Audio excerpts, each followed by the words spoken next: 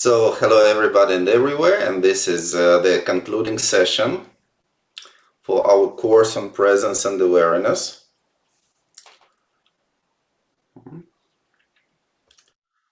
And first of all, we are sitting comfortably, balanced way.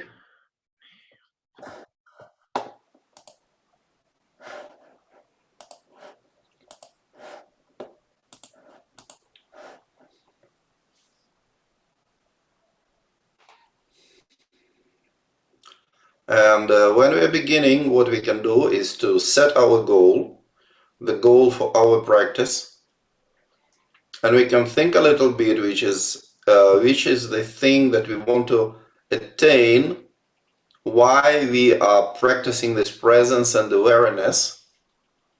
What is our goal?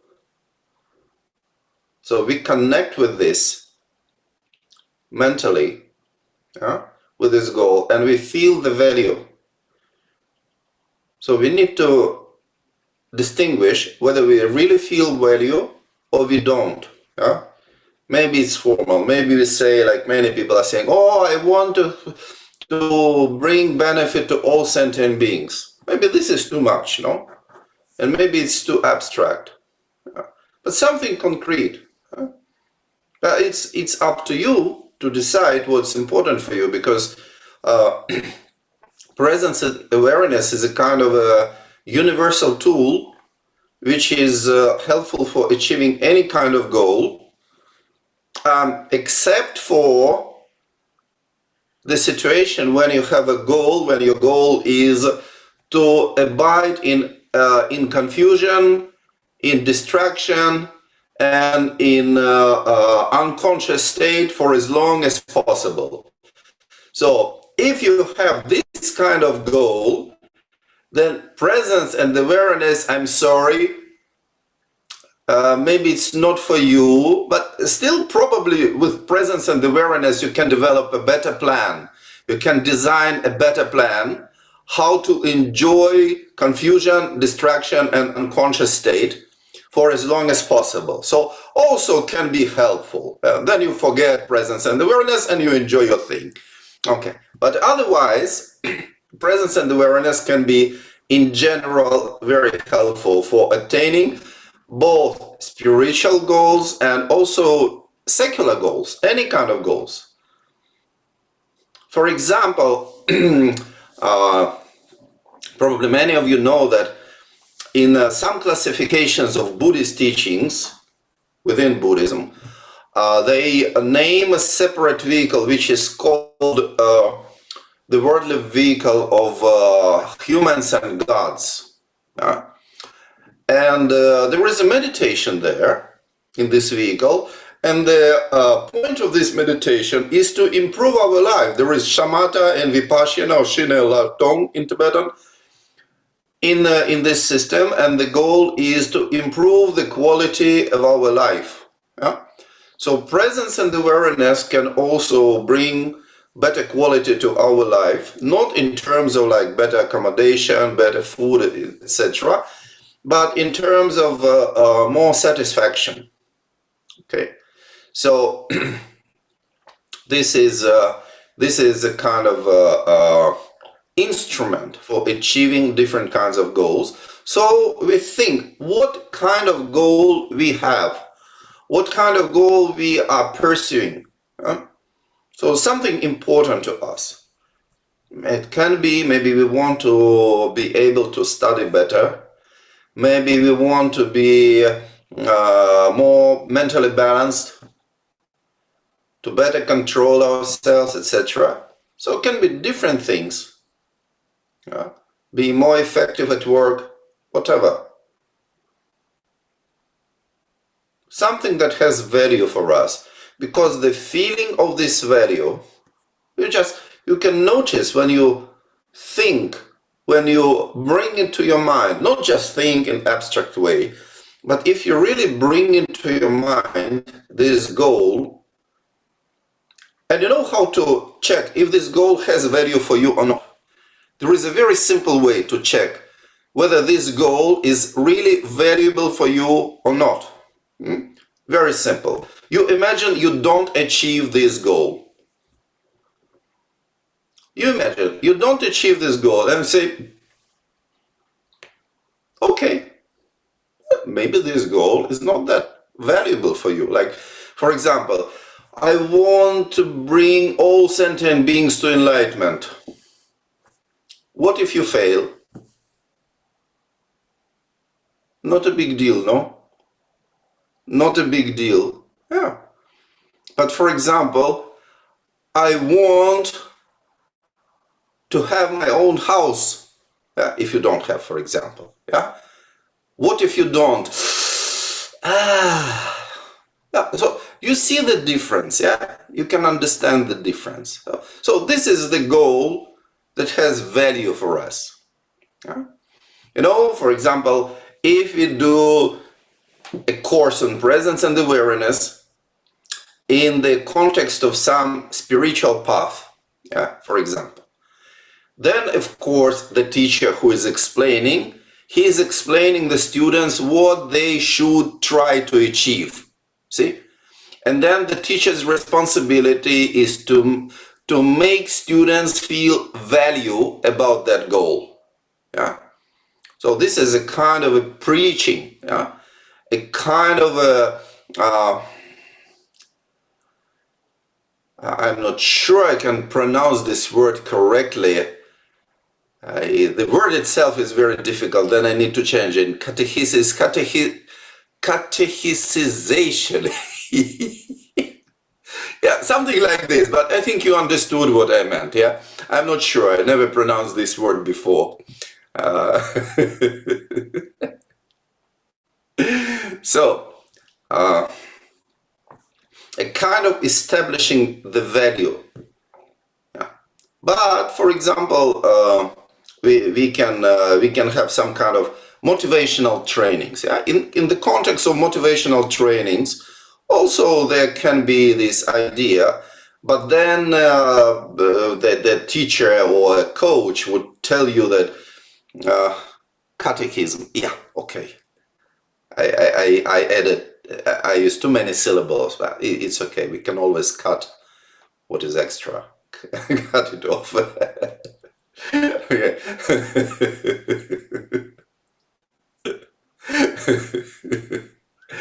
So it's a motivational training, and then the coach is saying, it's so good to be rich. It's so good to be successful.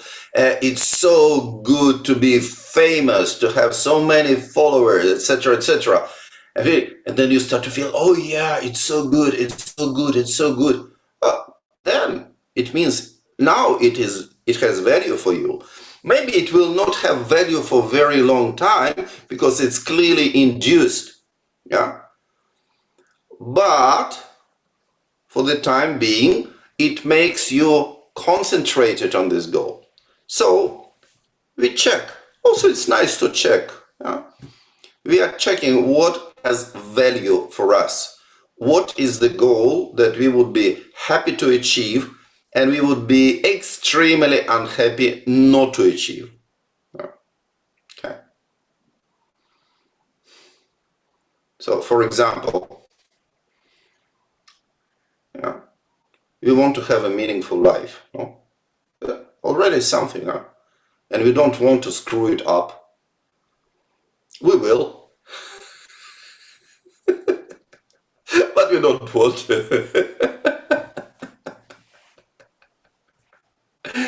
Okay.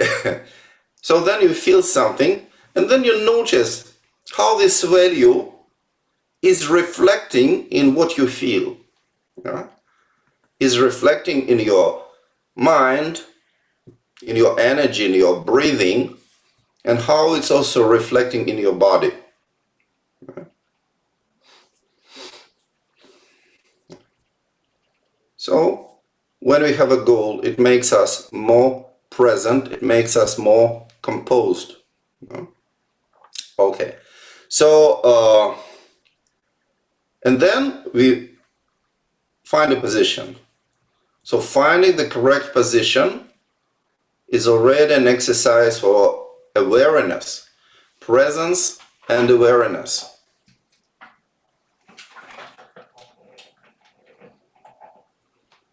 So we check if you are feeling comfortable. We check how we are feeling.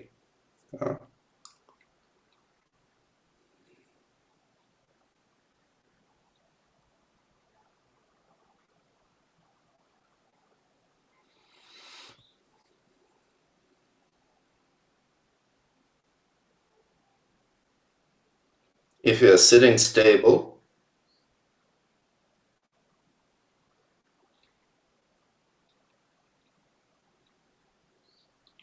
if you are feeling open,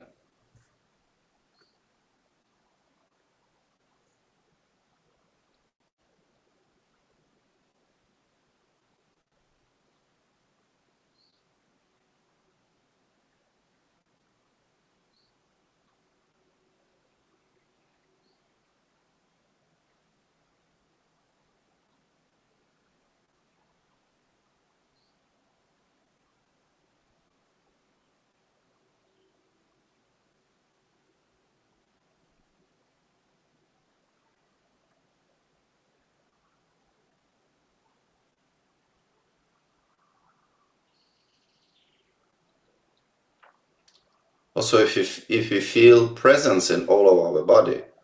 So the body is relaxed but under control. So the body feels toned. It has a tonus.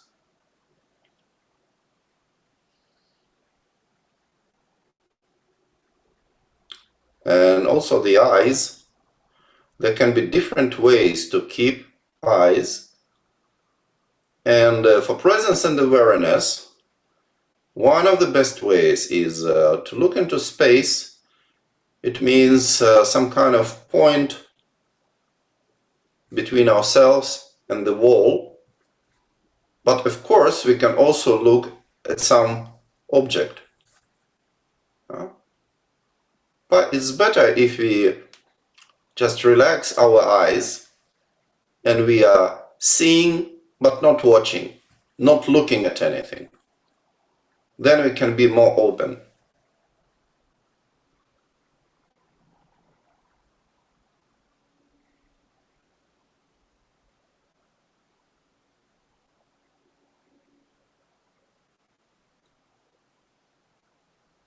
And then we notice how we feel in our body.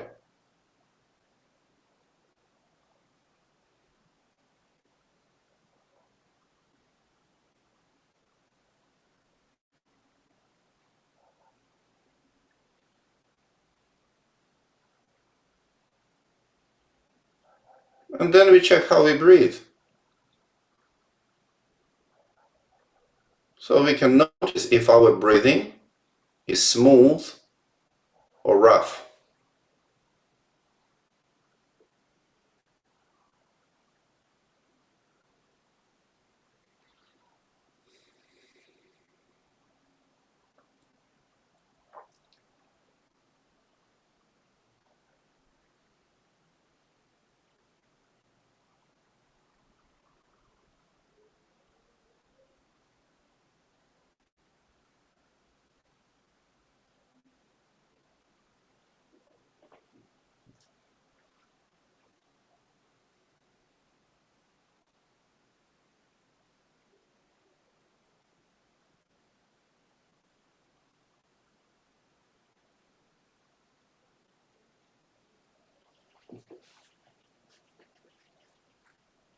So we can check if our breathing is short or long.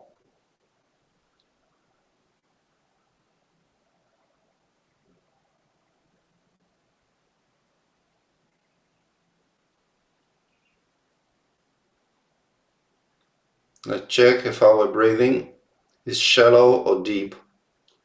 We are not trying to change, we are just recognizing how it is.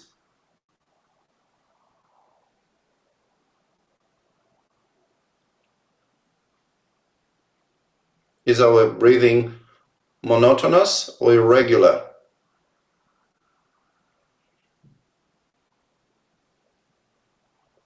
Is it continuous or interrupted?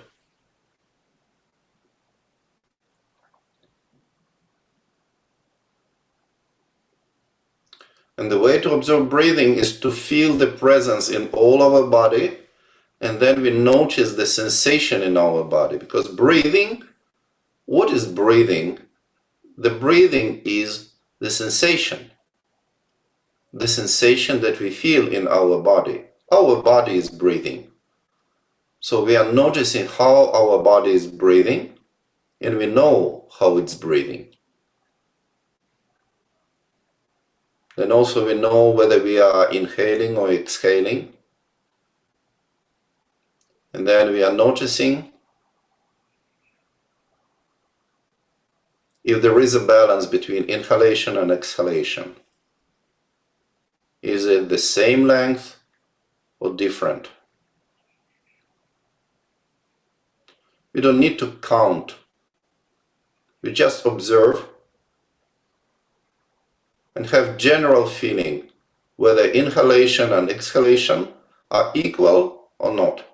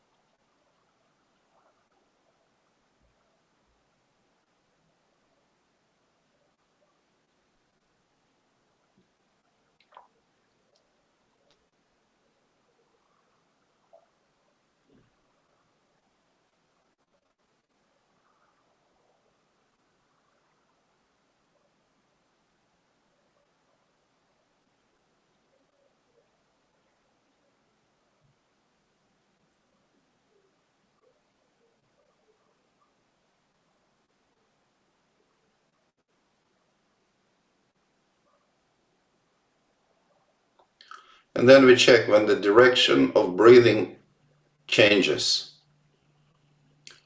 Does it happen smoothly or there are interruptions?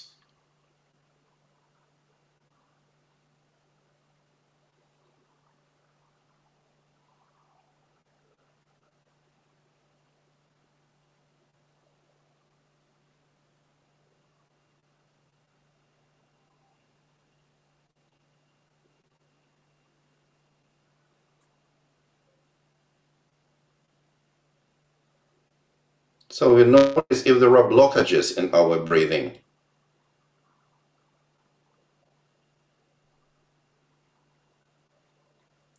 So now we know how our breathing is, and now we do 3 purification breathings, and then we observe if anything changed or not.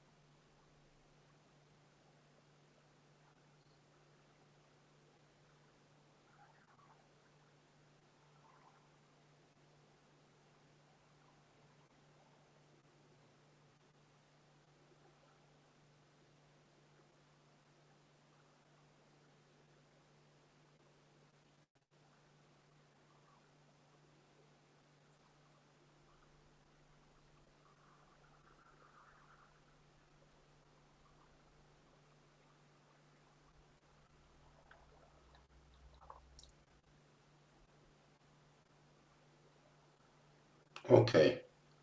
So now you can notice if anything changed or not.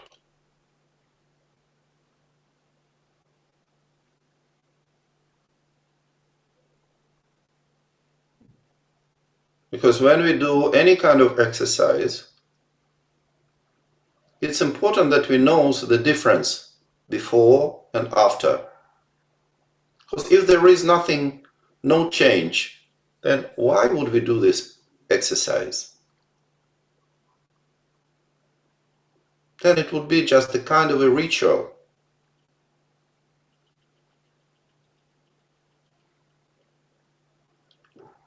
Okay, so again, we know our breathing.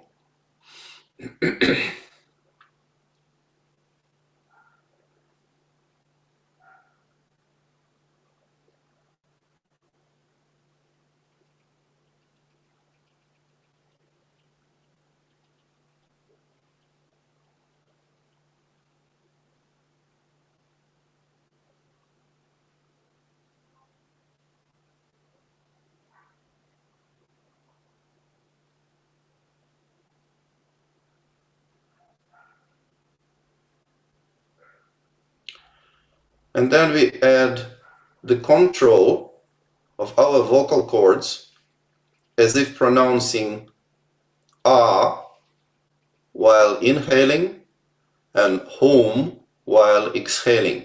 We are not pronouncing, we are breathing as if we were pronouncing them. So we feel, but we don't really pronounce. And when we are approaching the cardinal point of our breathing, then we relax. And then when the breathing changes the direction, we start controlling it with our vocal cords again.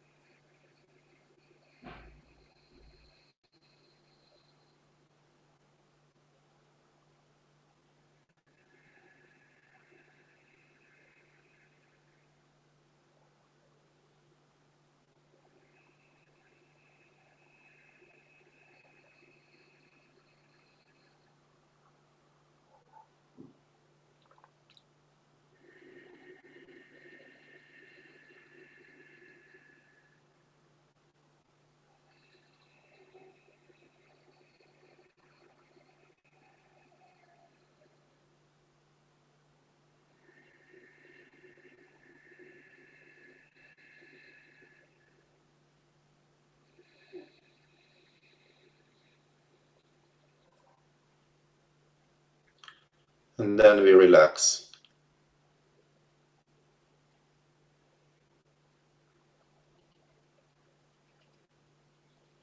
Just knowing how our body is breathing. And then we can see if our presence changed or not.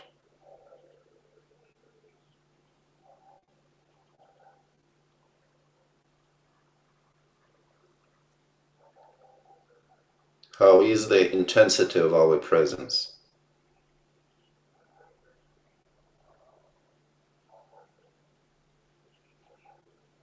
And then we go for the mind. And then again, we need to know the condition of our mind. First of all, whether it is still or moving. So we check if the mind is still or moving. At this moment, of course.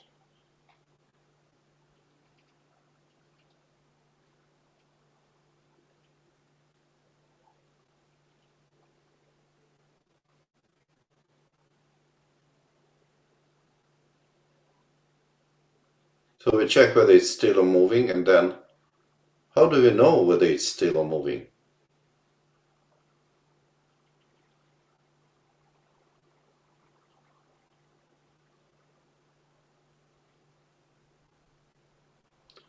And then we check whether our mind is calm or agitated.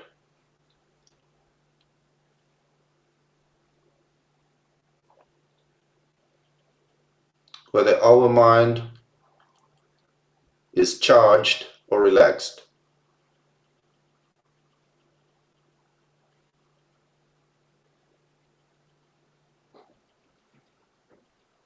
We check if our mind is quiet or noisy, full of thoughts.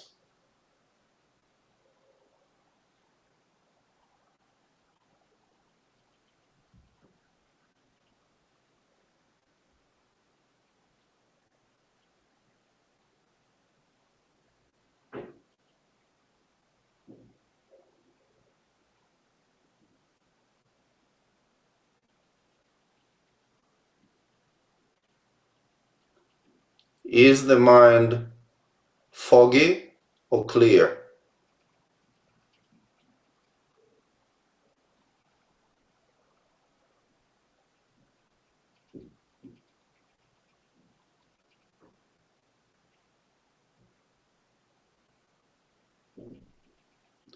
Is the mind sleepy or wide awake?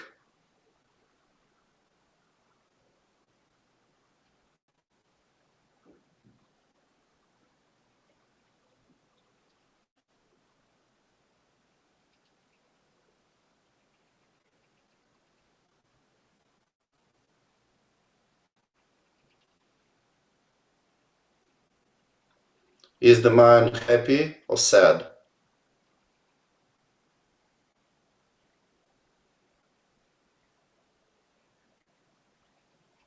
You don't need to make a verdict. It's sad or it's happy, or half and half, or unclear. Whatever answer is okay.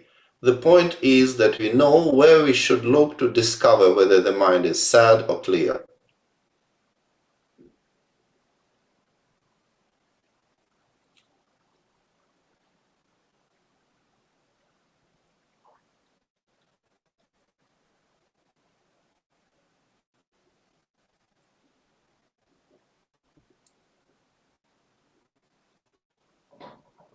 We check if our mind is disturbed by anger or some kind of desire, longing, or it is not disturbed.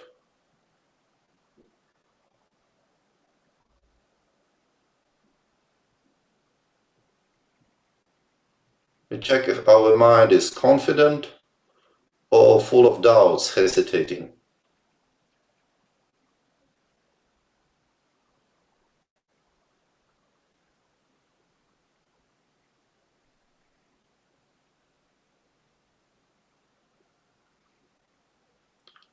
Is our mind rigid or pliable?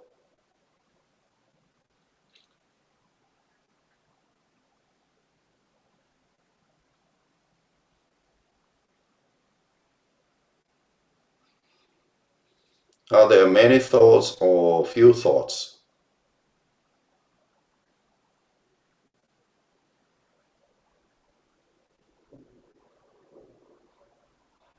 And then we are just observing and noticing if the state of mind is changing.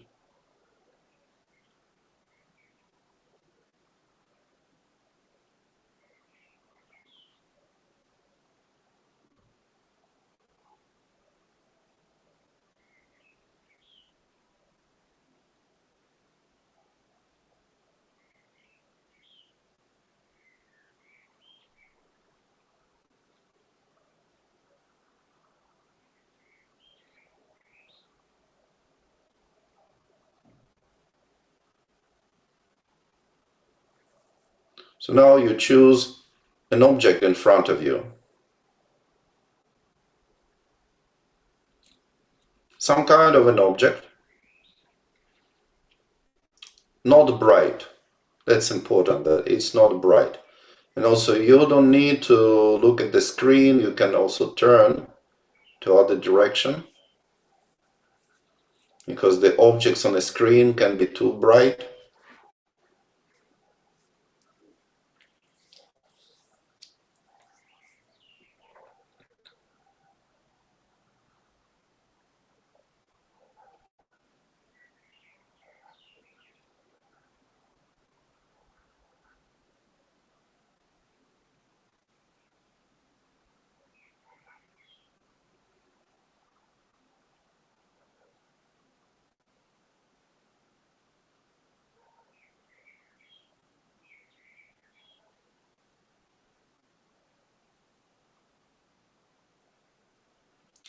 And then you sharply concentrate on this object, and you concentrate the way as if you were like moving towards this object. Of course, you're not moving, but as if you were moving, as if you were approaching this object, as if you were also listening to this object. Even this object can be silent, but as if there was something important in this object. Yeah. So it's like you're smelling this object, and you feel you're almost like licking this object, touching it with the tongue, with your nose. So concentrating, involving all your senses, like as if you were really touching this object, not just seeing it. Yeah? So you concentrate very sharply, and then you relax. Yeah? Let's do it 3 times. You concentrate sharply as if you were really reaching the object, and then you step back, you relax, and you return to your place. And then again, you're reaching for the object, and then again you return. So just to discover how it works. Okay. 3 times.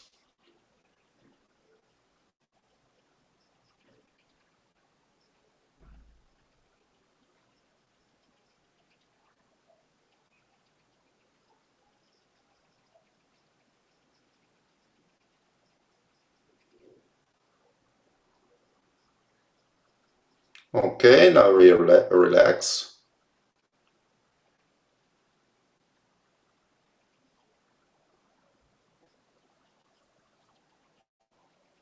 Okay, good. So this is not yet a method. This is a kind of an exercise which is used to make the method clear. But now I want to check if it works for you. If you could really feel this kind of movement of your attention, which is totally absorbing you for a fraction of a second, maybe, for a very short time, but you can be fully absorbed into what you observe, into the object. Huh? Okay, so please tell me, how was it for you? Did it work or it didn't work? And if it did, how it worked? If it didn't, what you couldn't do? So please raise your hands. Okay, Natalie, please.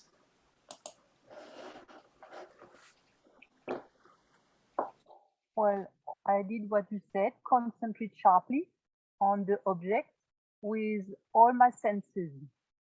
So it was like a force going straight to the object. Yes. And then relaxation, just be relaxed. So the force went away. Yes. So you notice how this movement is working, like if you were moving and going back. Yeah. Okay, very good. I give you an example. Maybe, did you see this movie? It was very famous in 90s. This movie called The Mask with Jim Carrey. Yeah, very nice movie, very funny. And my favorite, absolutely favorite scene from that movie is when he's sitting across the table with Cameron Diaz, and then she has this. She's showing. She has something there. Yeah. And then he's the mask, and then his eyes are doing like this. Ooh, ooh, ooh. And of course, he's salivating into all directions. But the point is, the eyes are moving. Ooh, ooh, ooh. Yeah. So this is this kind of a feeling. Yeah. This is this kind of a feeling. Okay. And anyone else wants to share?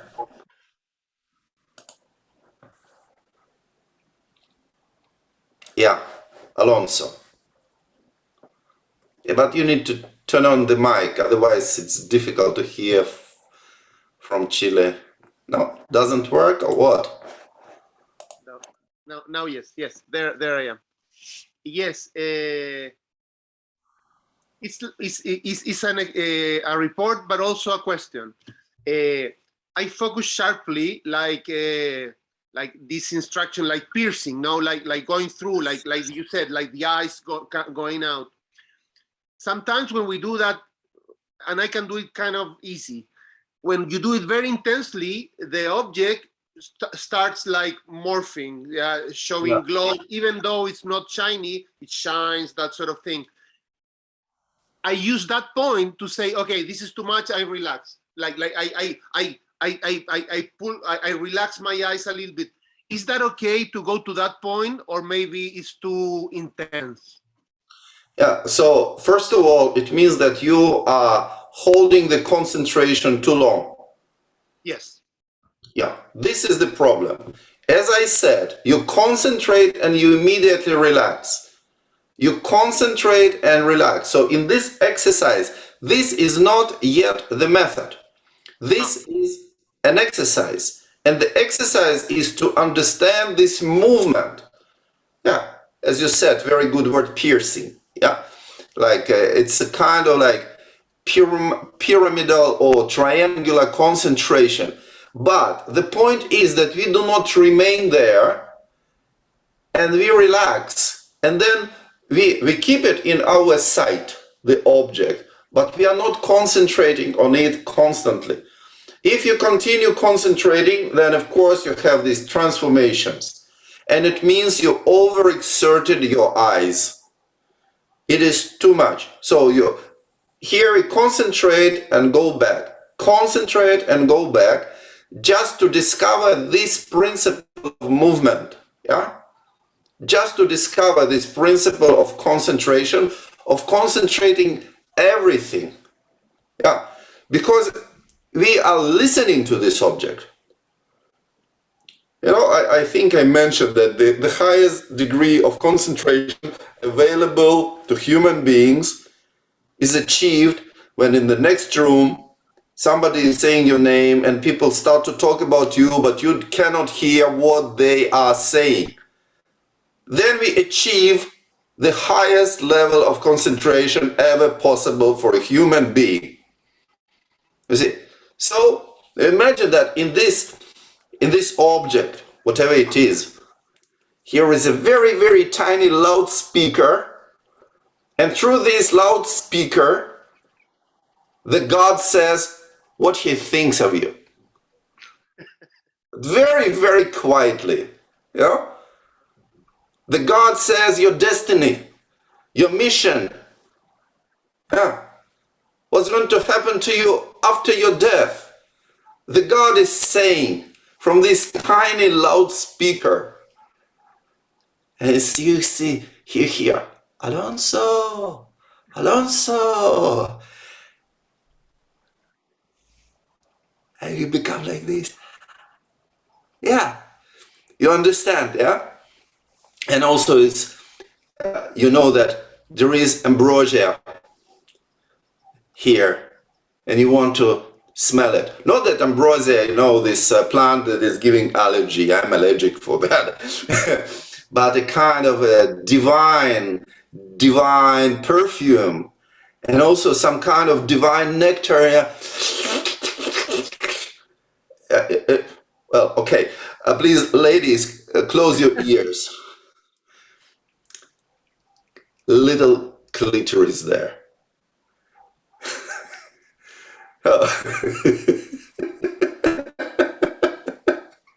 So you feel like this, yeah, and like touching, also like touching, yeah. So in this way, you're moving there, and but then you don't stay there.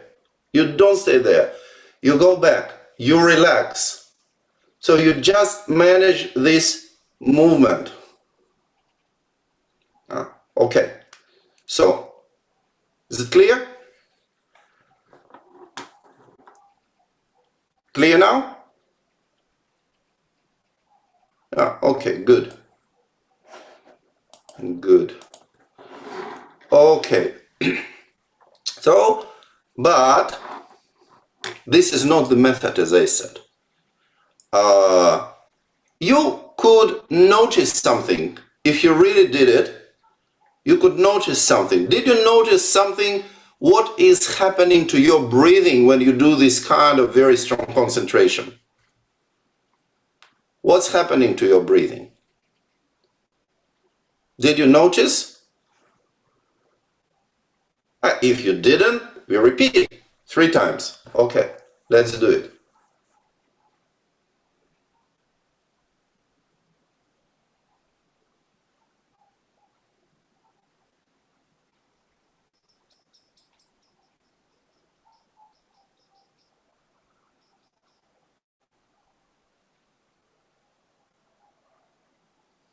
Okay, so what's happening to your breathing when you're doing like this? I don't know where is the hand to raise the hand, the virtual hand. Okay. But I want to say something. Yeah, please. Can I? Yeah, what I see is that it's like kind of when you do the focus, it's like close, tightening, and then release, tightening, Yes. and then release. So Yes. the breathing is same, like go like focus in something very tight and then open Yes. space. This is what I feel. This Yes. is what yeah, eso es. Yeah, exactly. Exactly. Yeah, Scholt. Yeah, so for me, not at all. For me, the breathing stopped, completely stopped during the concentration, and Yes. then so I as if I was sunk in the deep water, and then when I started to inhale, but it was also, it was a simultaneous movement. When I started to inhale, I relaxed the concentration. So it was a quite relaxing movement. I mean, the whole process, even the concentration was a kind of sharp piercing, and then Yeah. Yes. The point is that it affects the breathing, that the breathing becomes tight, and if you really reach very, very strong concentration, it stops. Yeah. Maybe it just gets tight, maybe it stops. It depends on the level of the concentration. Yeah? It stops. And then you resume the breathing again. So this is the point that I want to illustrate. Okay, Lune, you want to say something?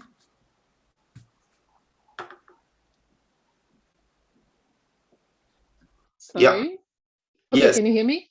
Yes. Yes, so I was just reflecting on this breathing, what you said, because I have to say maybe I lost actually the way I was focusing. I lost the track of it, but I could feel my body, like it would really project in my body. It would be like tense almost.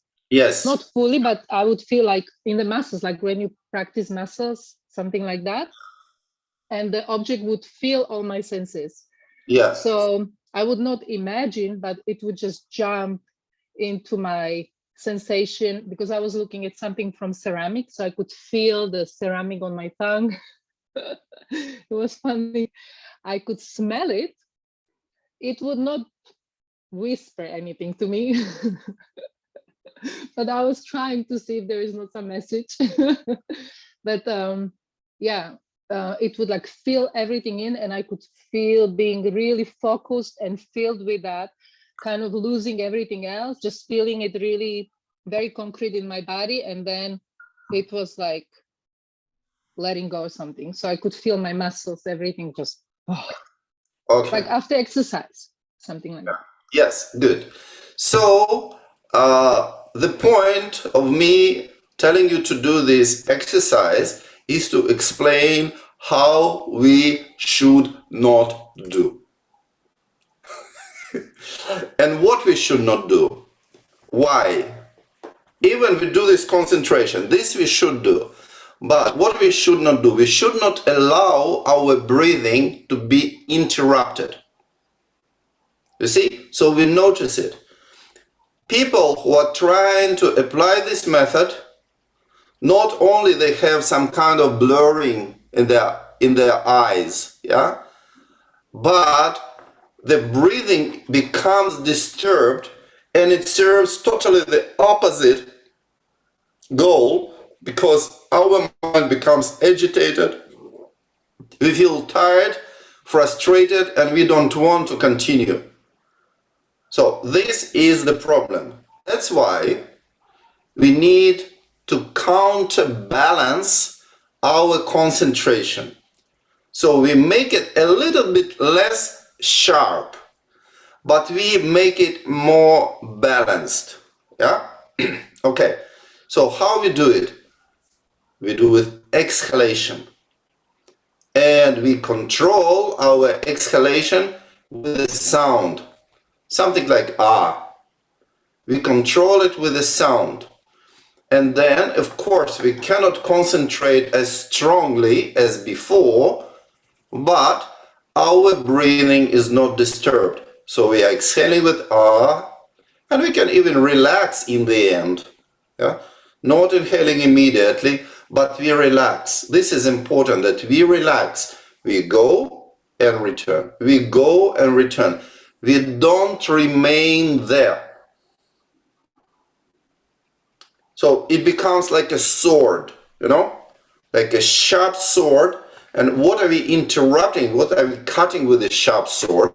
We are cutting the stream of our compulsive thoughts. This is what we are piercing. This is what we are cutting. Yeah? Okay. And then when we relax, then we can discover some kind of calm, yeah, and relaxation. You know, after physical exercise, what happens to us? We can relax. So after physical exercise, intense physical exercise, we can relax much better than instead of physical exercise. Yeah? This is the point of physical exercise, to relax, finally. Yeah. Okay, so now let's try to apply it this way with the sound of ah, and we do 7 times. But we start from very present and relaxed state, not from charged state. You cannot start this practice being charged. Huh? You check if you are charged or not, yeah? If you are tense or not. So if you are tensed, if you are charged, you don't do this method because it creates more problem than benefit. Yeah? So we must be relaxed. Okay.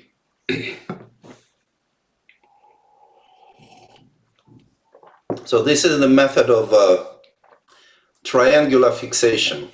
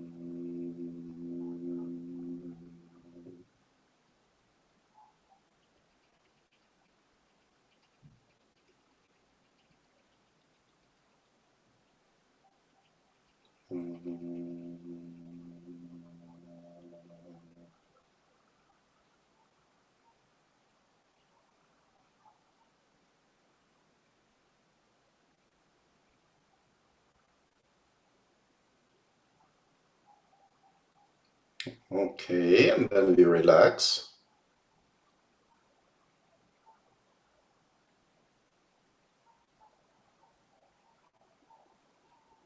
So first of all, we don't need to apply it every time we exhale. We don't need to apply it. You notice, you observe your breathing. So you don't allow your breathing to be charged, to be overexerted. Yeah? You know, this is the difference. Like, for example, you do running, jogging. So you can run for fun, for pleasure, very, very relaxed way.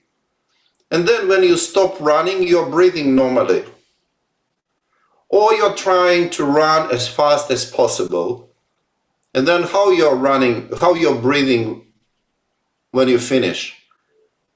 Your breathing is disturbed. Yeah? But if you're running with pleasure, then your breathing just opens. Yeah? So this is the difference. This is the difference. So we do it for joy, we do it for pleasure, we do it for fun.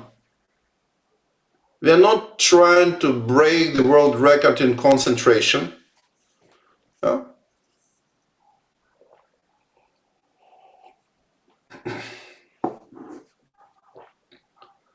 But we need to notice what happens to our mind when we are applying this kind of concentration. Not only to the breathing, but also to the mind. Yeah? Okay, so now we do once again in a very, very relaxed manner. So we concentrate very sharply, very strongly with the sound, but then we relax. And we concentrate when we have a kind of a thought passing by, a strong thought or a stream of thoughts.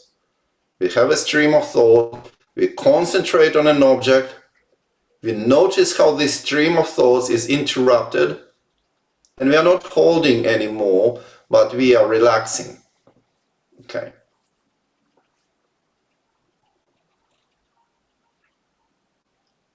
Let's do it for a couple of minutes.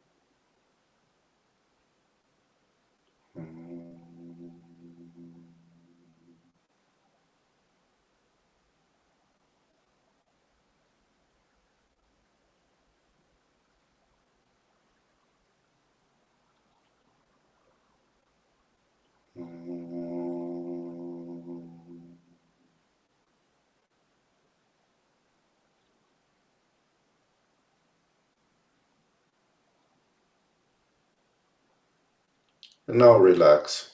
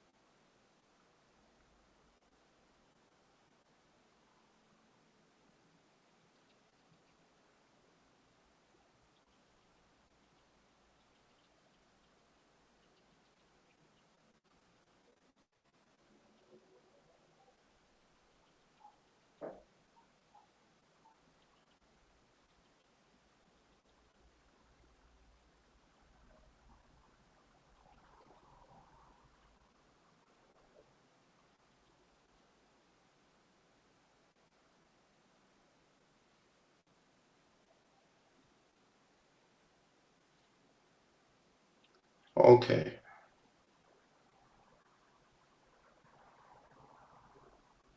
So how is your mind now?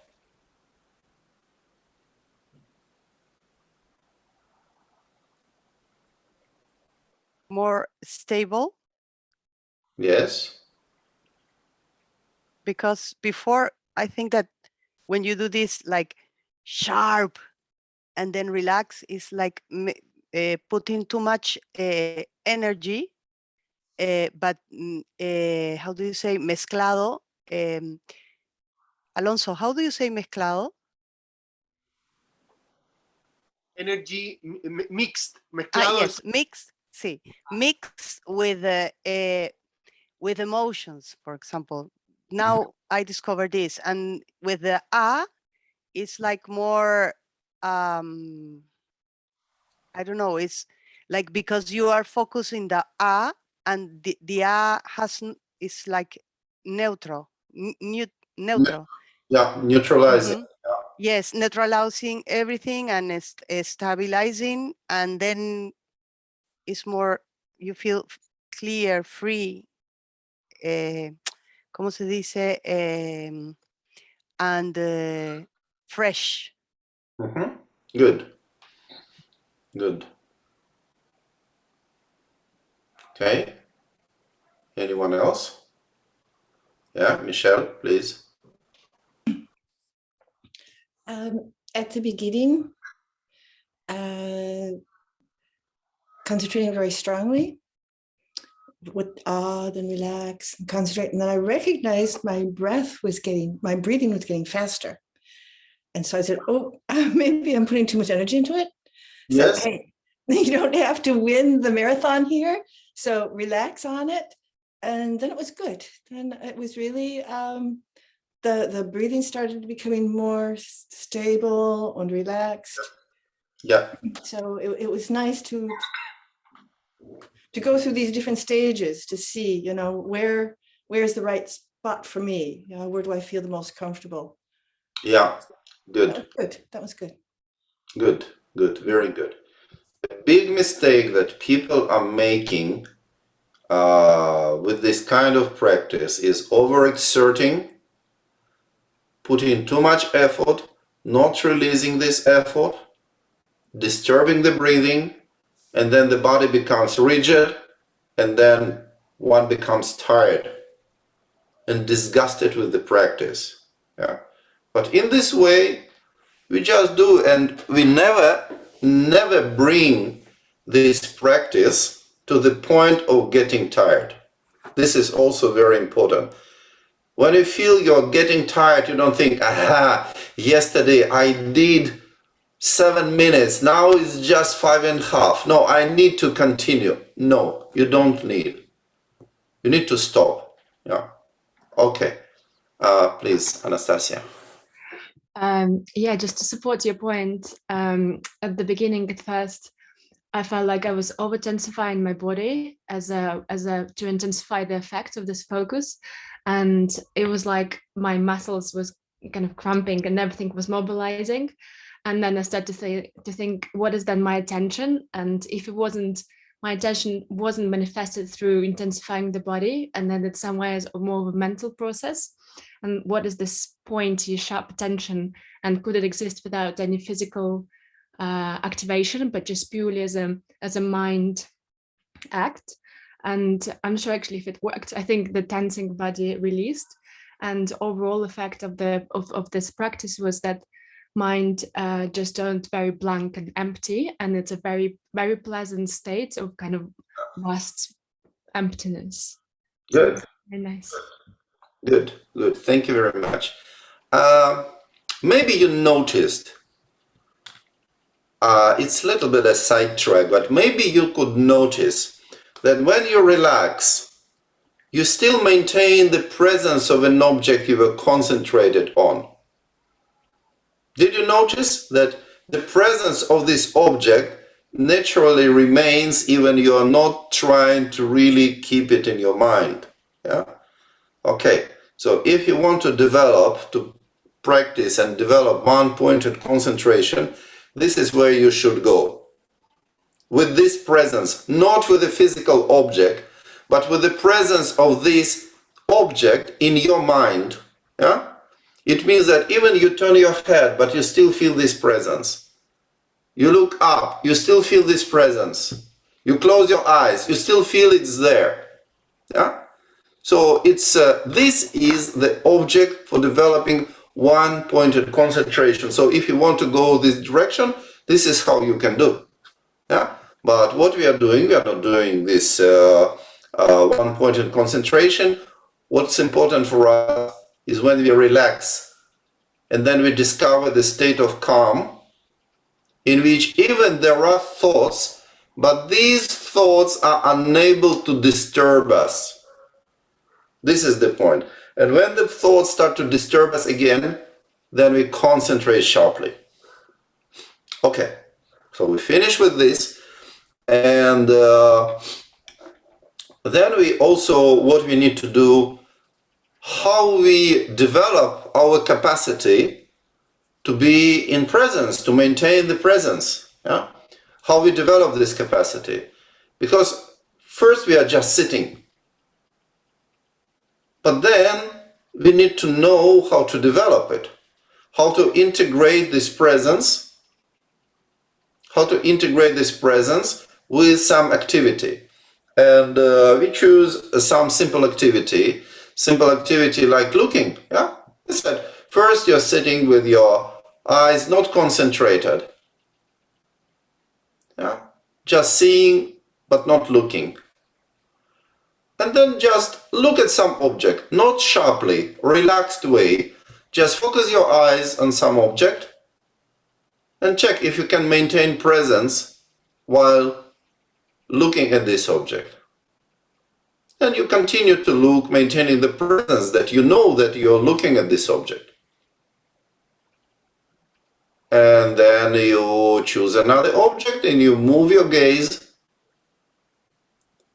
And then you check if you can maintain presence while looking at this object. Okay.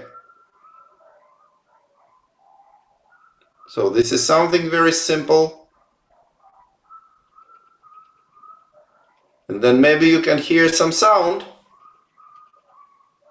So you can listen to the sound while still being present.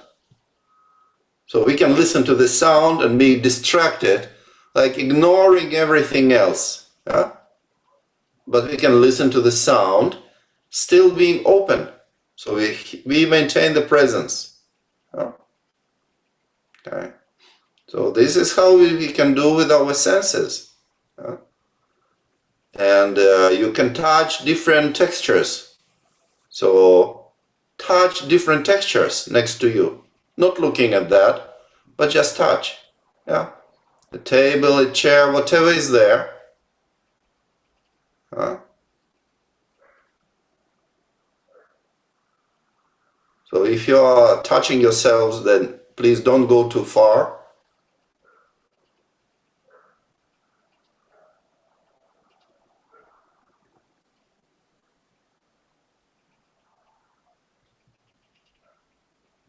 Yeah, also be careful with the neighbor, because for you it can be a practice, but you can disturb the person next to you. Maybe disturb in a nice way also, but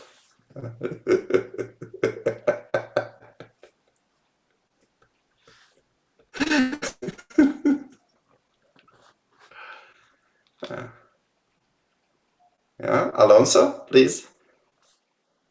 Can you say something that some of us, we practice the Vajra dance or whatever, but that's a practice that's more lineated with the teacher, etc. But in general, when we present these dances outside, we say that it's a way of developing the present and the harmony, something that at this level, the level of a course of presence and awareness, in a practice like the Kaita or the Vajra dance. Yes, I'm going to say this.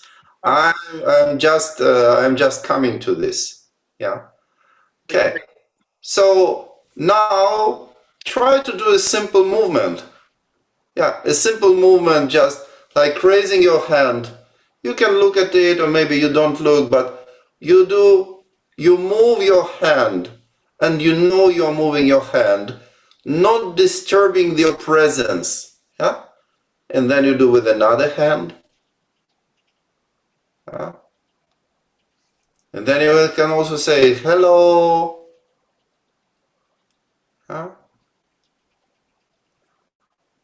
Okay. Something very, very simple. And now, without looking there, you just move your leg.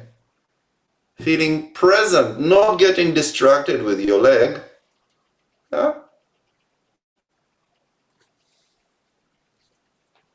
And also you can move your head.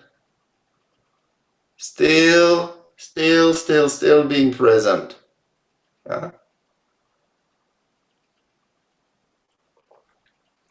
Oof, now relax. It's a lot of work. Yeah. So for example, if you want to practice this, for example, while walking, and you think, I need to make 1,000 steps without getting distracted. That's difficult, no? That's very difficult. But what you can do one step without being distracted. That's not so difficult, yeah? And I think you can do one step without being distracted. So if you do one step, you're not getting distracted. They say, you check in, you save the game. Okay? So you know, okay, I did one time, now. But if you're noticing you're getting excited about this, I can be present, relax. And then you do 2 steps, 1 and 2, yeah, without being distracted. And then again you check in. And then you try really feet. You see, like, for example, there is a tree about 10 meters in front of you. So you think, I'm going to reach this tree without getting distracted. And you do this. You manage to do this, and you check in. So then you choose slowly. You cut a big thing into small pieces. This is the way to train. You're cutting a big thing into small pieces, into small portions. Every small piece is manageable. But then you stitch them together, and then big thing also becomes manageable. Then this stitching becomes seamless, slowly. But this is the way, because if you're trying, I'm going to do this walk without getting distracted, well, you will get frustrated, and the more you're trying, the more pissed off you are, yeah, because it doesn't work. But slowly, step at a time. But you feel, you notice you did it, yeah, and then you check in. Because this is the mechanism of learning. The mechanism of learning implies that we experience some kind of gratification when we are learning. This helps us to stabilize our skill. Yeah? So it means that we are starting from the simple things and then we are continuing to more complicated things. And what can be a complicated thing? Talking. I just realized that I'm not telling many jokes in this course. Yeah, I'm like dead serious. But of course, I don't know who's going to listen to this course. So I'm trying not to go too far. Not my ordinary, my usual jokes. I had an idea to tell, but then I breathe out. But I tell you a joke that I invented myself about this training. So you're training presence and awareness, and you are sitting and everything goes well, yeah? And you're fine. You're maintaining presence and awareness for 1 hour. But then your body tells you, listen, you, yogi, I need to go to the toilet. Take me to the toilet. And you stand up, you go to the toilet, and 2 hours later you discover that you lost your presence while walking to the toilet. But then you start to pay attention to this, you're training, so every time you go to the toilet, it's an adventure. Yeah. Well, I mean, after we reach certain age, maybe it's also anyway becoming an adventure. But don't talk about that.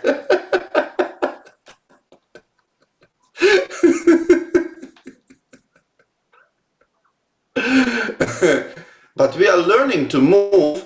We go to the kitchen, we go to the toilet, we go around, we walk, and we learn how to maintain presence while moving. Yeah? But then you discover that you need to buy food. Yeah? And then what you do, you go to the shop, very, very present. You go to the shop, you take things into the basket, everything you take, and then you go to the desk. And then you start talking with the shop assistant or cashier. And 10 hours later, you discover that you lost your presence. But you train, you exercise, you're doing really well, really hard. And you do retreat. You do retreat for 2 weeks on presence and awareness. And then in this retreat, everything is perfect. Everything. So you're walking, you are eating, you are sitting, it's all okay.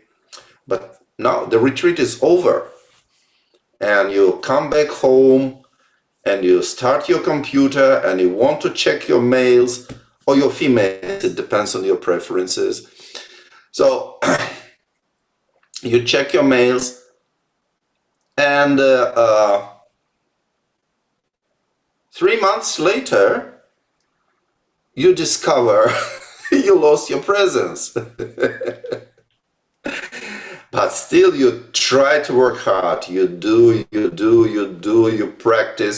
You can read without being distracted. You can write without being distracted. You can solve problems without being distracted. I did a special seminars for doing this, for this kind of training. Yeah, very interesting and very intense. For reading and writing and solving problems without being distracted. Yeah, okay. And you do all this. And then you're happy and you relax, and then there is a good time, spring, and you go to the park or somewhere you're walking and you're meeting a very nice girl, for example. Yeah, again, it depends on what you prefer, but you're meeting a very nice girl. After 15 years,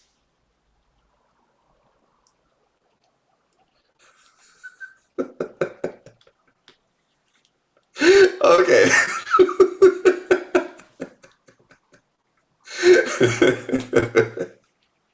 So this is how it works. Yeah? And then we are trying to say something. Huh?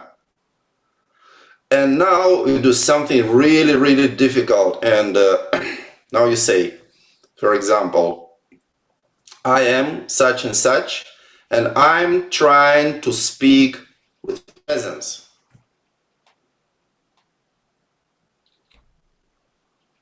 So say this. Try not to be distracted.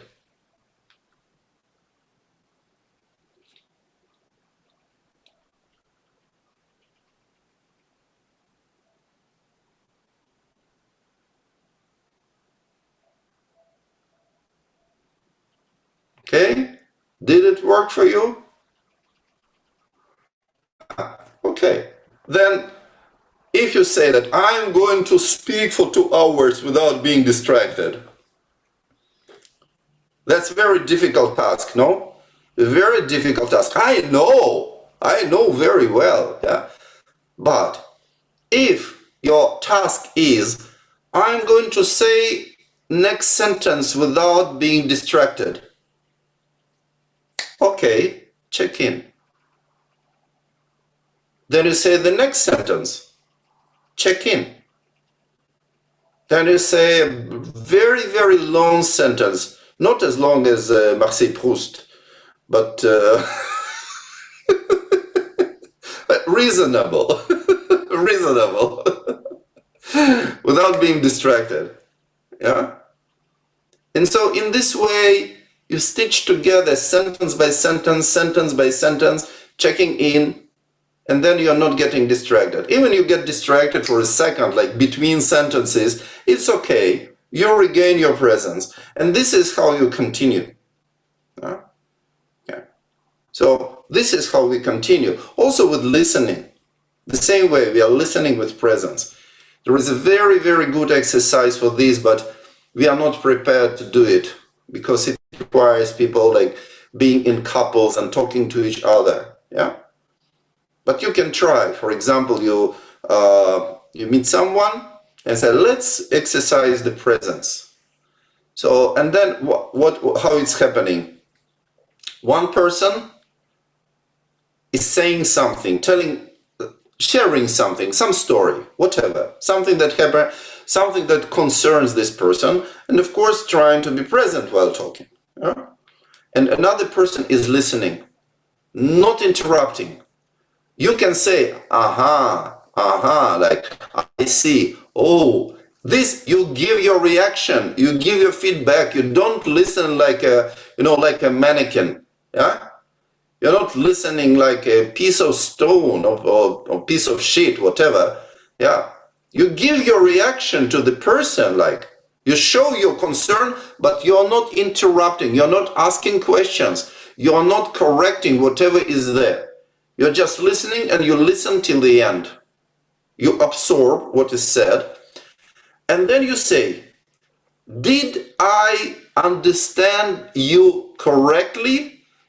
And then you explain how you understood what this person had told you. Yeah? And now this person is listening to you without interruption. Yeah? And you're explaining this with presence. Yeah? And after you finish, the second person is saying, yes, you understood perfectly. Then the exercise is finished and you change roles.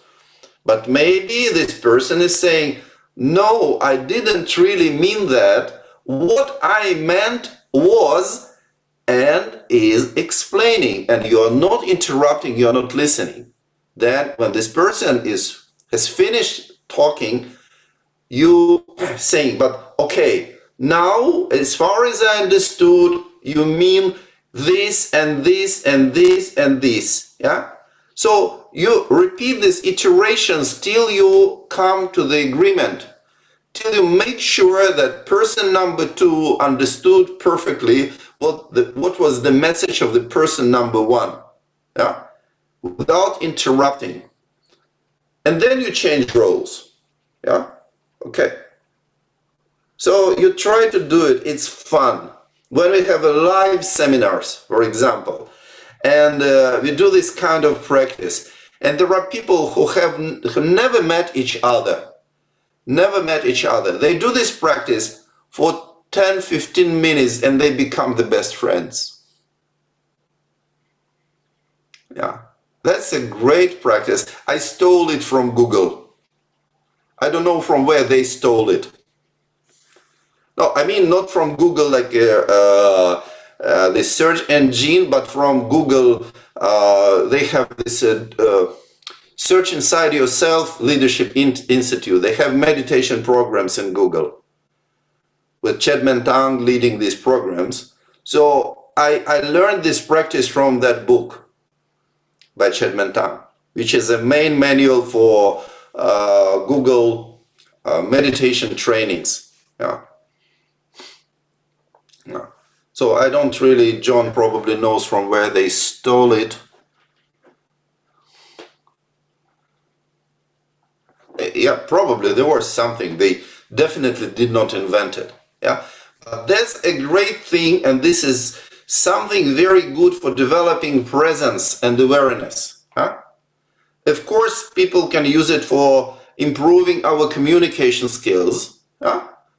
But we can use this for developing the presence and awareness. You see, in small portions, it's very good. It fits very well. And you are changing. You are talking with presence. You are listening with presence. And then also you integrate it with understanding the meaning. Yeah. So this is very good. This is a very good exercise. So this is how you do. And for example, if you're doing some practice related to speech, for example, chanting some mantras. Yeah? So you're not chanting mantras like an automaton. Yeah? You're chanting mantras with presence and do one mantra at a time. Yeah. One mantra with presence, second time with presence, third time with presence. Then you really do the practice with presence, and then you can also enjoy, and you are present not only to what you're saying, but also you are present how this sound reverberates in your body. Yeah. So, but you can also do it with any kind of sound, not only sound of mantra. Yeah, but also you are talking. You're talking, and when you're talking with presence, you discover how sound reverberates in your body. Yeah. And then talking becomes pleasant, and then you can talk and talk. Well, there are people who can talk a lot without any presence. Yeah. But we can learn to do the same thing with presence. Then it's also becoming more pleasant for us. Then also we can stop at any moment. And then also this feeling of pleasure, because usually when people talk a lot, they talk out of stress. They talk out of stress. It's not pleasant for listeners. But when you're talking relaxed with presence and you experience pleasure from the sounds that you're making, can you feel it? You can enjoy. You can really enjoy, and then you exchange and you enjoy. So this is also the way to develop presence and awareness. So this is how we are doing, this is how we are dealing. And the basic principle is that we know how is our body. We know how is our breathing. Also, when we are present, we are not overexerting our breathing while talking. So maybe we are not saying too much, but we are controlling the pace, we are controlling our energy, and it's very good for us. Then we don't feel so much exhausted after this. And also we can control our excitement, because our excitement is something which is disturbing to us, is disturbing to our energy.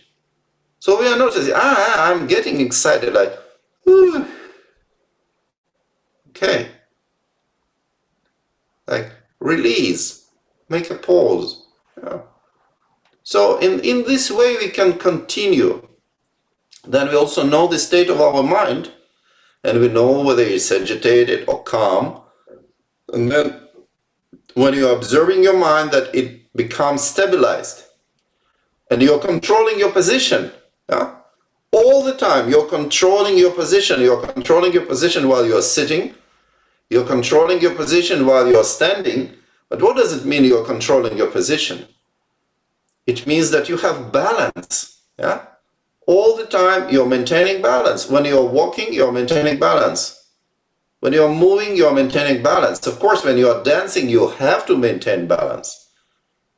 You cannot really dance if you... Well, there are some dances, you know, sometimes you see in the movies, like people are moving like, you know, polka or something like this, yeah?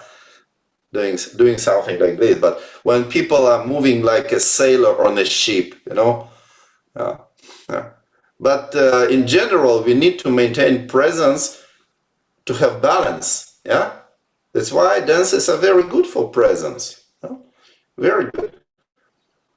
And when we do whatever, then we are noticing. We are noticing, like, for example, when we get too much excited with what is happening, then we do like this, yeah? And then we're getting tired. We're getting tired easily. But it doesn't really help to understand better what's happening, no? Yeah? But it helps to get tired easily. So you relax, remaining present. Yeah? So in this way, we are dealing with this presence and awareness, and in this way we are developing it. Yeah? And then sometimes we feel very agitated. We feel very agitated and we cannot calm down. And it's frustrating when we are agitated and we cannot calm down. So what can we do in this way? We discover our agitation as a kind of a whole thing. We notice, but where is my agitation? How is it my agitation?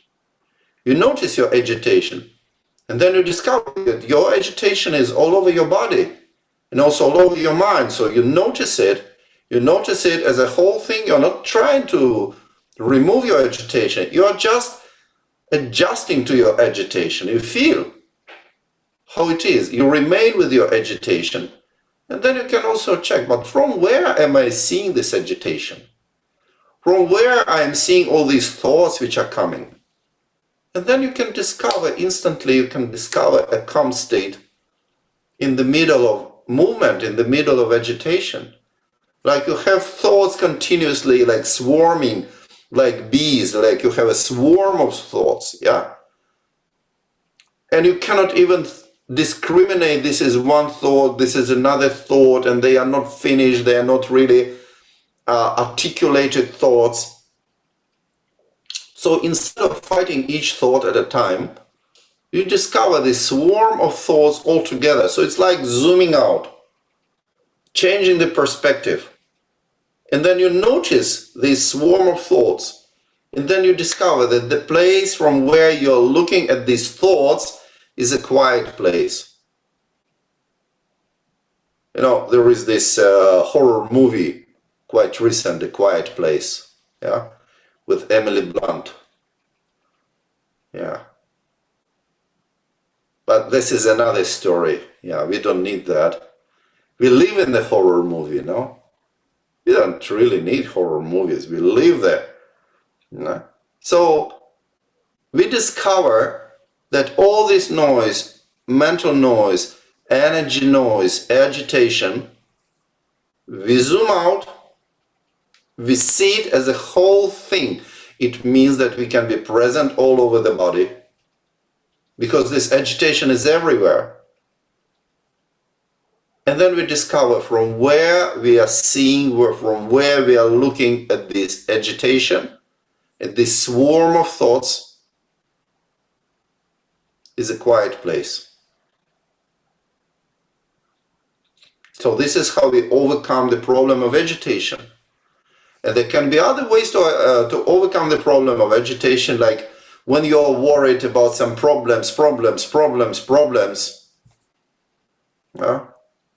you direct your mind to good things that you have. and you feel the joy that you have these beautiful things in your life. Yeah. Maybe you have a nice house, maybe you have a nice friend, nice partner, maybe you have food. Maybe it's not perfect, but you have it. Yeah? Maybe you have your car, maybe it's not perfect, but you have it. Yeah. You have your computer, maybe it's not perfect, but you have it. Yeah.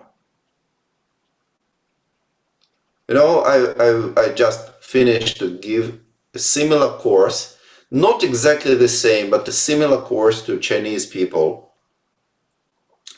And they were asking me for some mantra to pacify the mind, because some of them, they had this attitude. I was really avoiding all words like Buddha, Dharma, like now, I'm not saying this, yeah?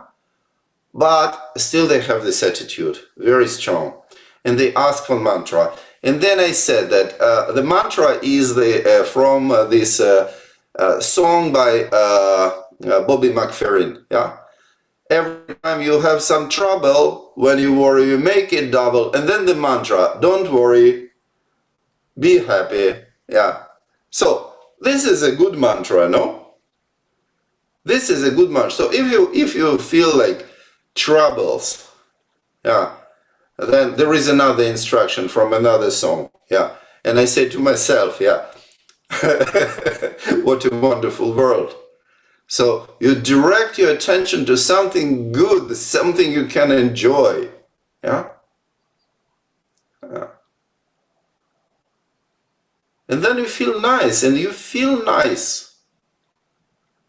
And then you relax. And you have some kind of endorphins released in your body, and you can relax a little bit, and you feel nice. And then you think about some other nice thing in your life. Something that you value, something that you enjoy. Even it's a small thing.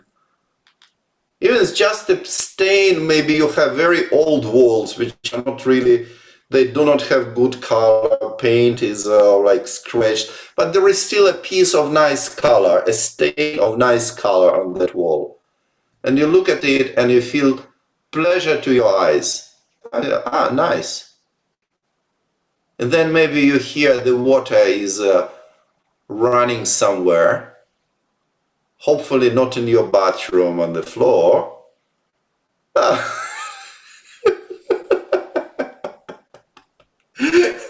But it's running, yeah, and you hear it like rain. Ah, good. So enjoying these kind of things, enjoying, and then you relax, you calm down. Or you're just observing my agitation. Where is it? Where is it coming from? So you are exploring, you are interacting with your agitation, not fighting it. Also, like when you have some kind of strong emotions. So you're not fighting it, you are exploring, you're looking at, wow, what would I have? I'm afraid. Okay, where is my fear? This is my fear. This is, but how it is? Where is that? So you are exploring that, and then you come down naturally. Instead of fighting, instead of trying to be tense to overcome your agitation. No? But then you can be sleepy. And for sleepiness, the best thing, one of the best things you can do is to sleep. To have enough sleep. And if you don't have enough sleep, and you feel you want to meditate, but you feel sleepy, then what you do, you sit very comfortably. You lean on the back of your chair, or you sit on a sofa, but you don't lie down, but you sit very, very comfortably, that you have a support, your head has a support, very comfortably. And then you close your eyes. You're not trying to hold your eyes, to keep your eyes open. You close your eyes, and you allow yourself to sleep. Yeah. But you're observing how you're falling asleep.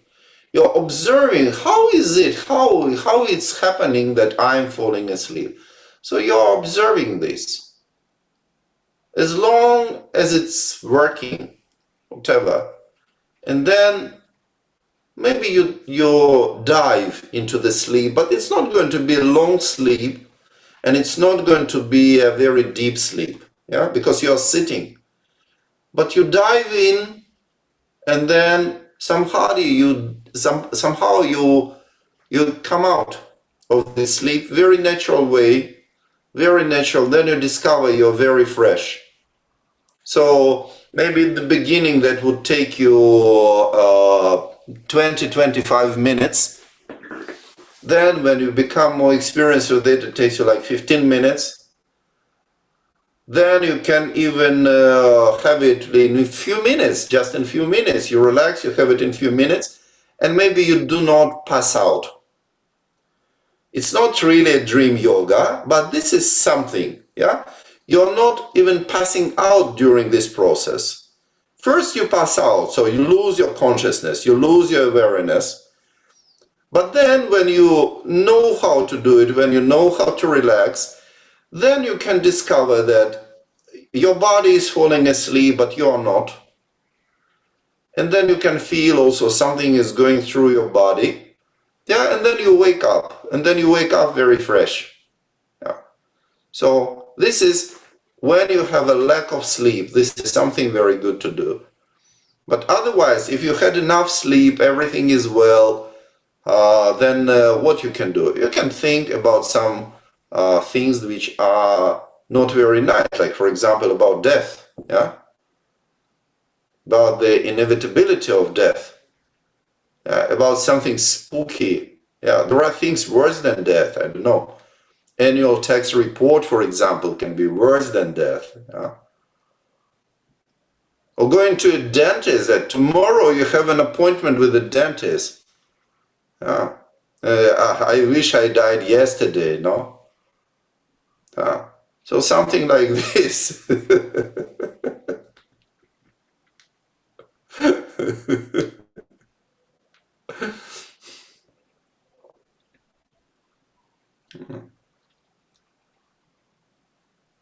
And also you can develop this way, and then slowly from small things, from simple things to more complicated things, developing our capacity to be in presence. And if you feel that your presence is okay, but maybe your awareness is not very clear, yeah, so you're losing the freshness, you do this practice that we did in the beginning. You concentrate sharply and you relax. You concentrate sharply and you relax. You concentrate sharply and you relax. You do it for a few times, and then it's like dispelling the clouds. It often works as dispelling the clouds, unless you're too tired. If you feel too tired, don't do this, because then you just overcharge your energy.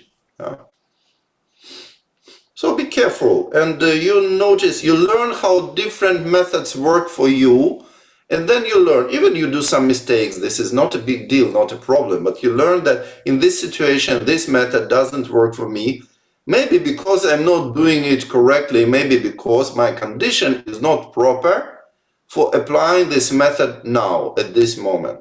Yeah? So this is how we learn. And if you want to extend the duration of your being present, you do this breathing with ah and hum. Yeah? And I saw a question where did om disappear, but it has never been there. This is another thing. This is a different kind of breathing. We inhale with ah and we exhale with hum. In Hatha Yoga, for example, they inhale with so and exhale with hum, called Ujjayi breathing. Yeah? But we do it ah, and we don't make a hold. We don't hold our breathing. We just relax, and then we apply the sound of hum. Yeah? So this is how we can do. There can be different ways to do it. If you know what is called Vajra breathing, Om Ahum, you can also do this, with inhaling with Om, holding with Ah, and breathing out with Hum. And I think there is also a way to do it when you also have some kind of presence of a sound, between exhalation and inhalation. So in holding. I think that in Bonpo tradition, they do something like this. So there can be different ways, but what I explained is a very, very simple way that can be applied by anyone. If you did Hatha Yoga and you can, if you are used to do Soham, you do it, no problem. But you can feel that when you do it for some time, and then you relax, that your presence becomes more stable and it continues for longer time without interruption, without effort. Yeah. And when you need an effort, you apply effort. So this is how we are training in the presence and awareness. And then you integrate it with more and more complicated activity. So maybe, if you like, if you are interested, then one day we do this kind of workshop about integrating presence and awareness with an intellectual activity. I did it a few times, but I never did it online. Of course, it required more interaction, but it can be also designed for online. I need just to redesign it. No? Okay. So, how are you? We're approaching the end of this course, so you can give some feedback.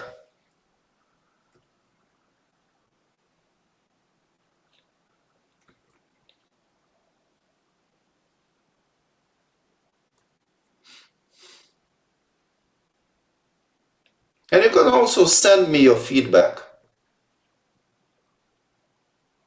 You send your feedback, but not like you are telling me, but as if you were telling to other people.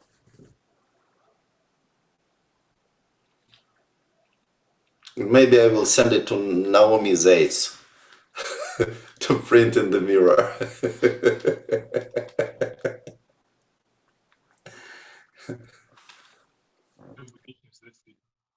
Hello, Igor. Yes? Feedback is very positive. Thank you very much. Oh, okay, thank you.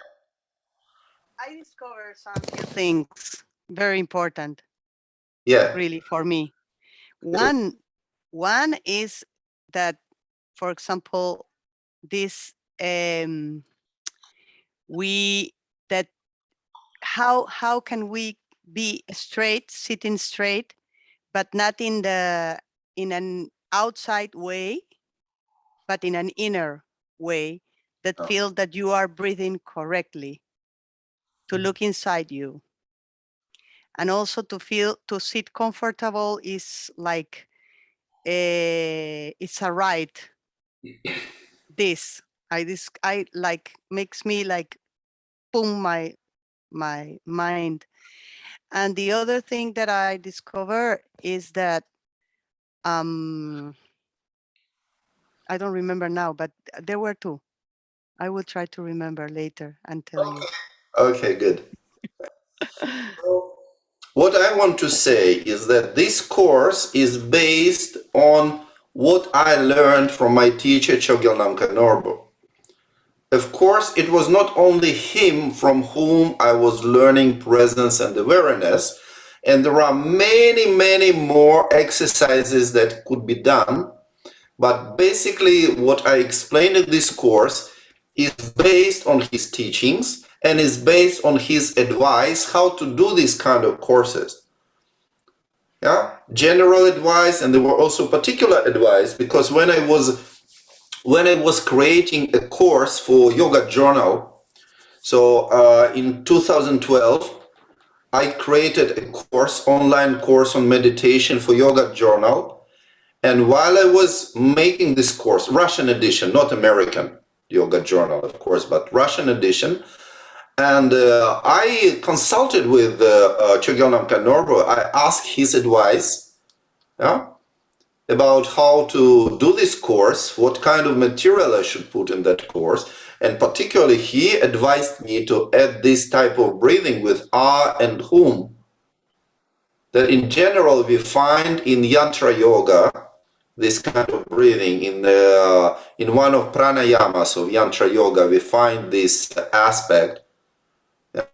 So this is what I did. And then, of course, because I have an experience of teaching this kind of things, and I have an experience of knowing how people take many things wrong way and do them incorrectly. And for this reason, I added something.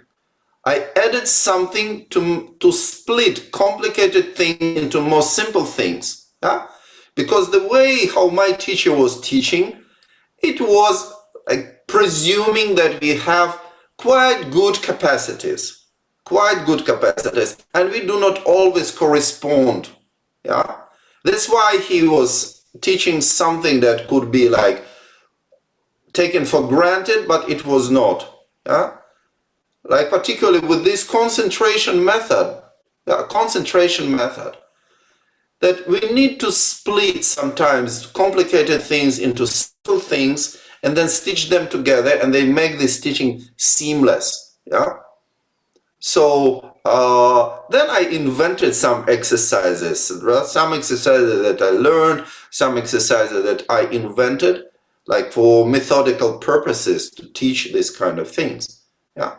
But the core of this, the main things that we did in this course is based on advice, on teachings, and on advice from Chogyal Namkha Norbu, my teacher. Okay. So, Igor, yeah, please, John. I wanted to share this picture because it represents you can't see it. Presence while listening.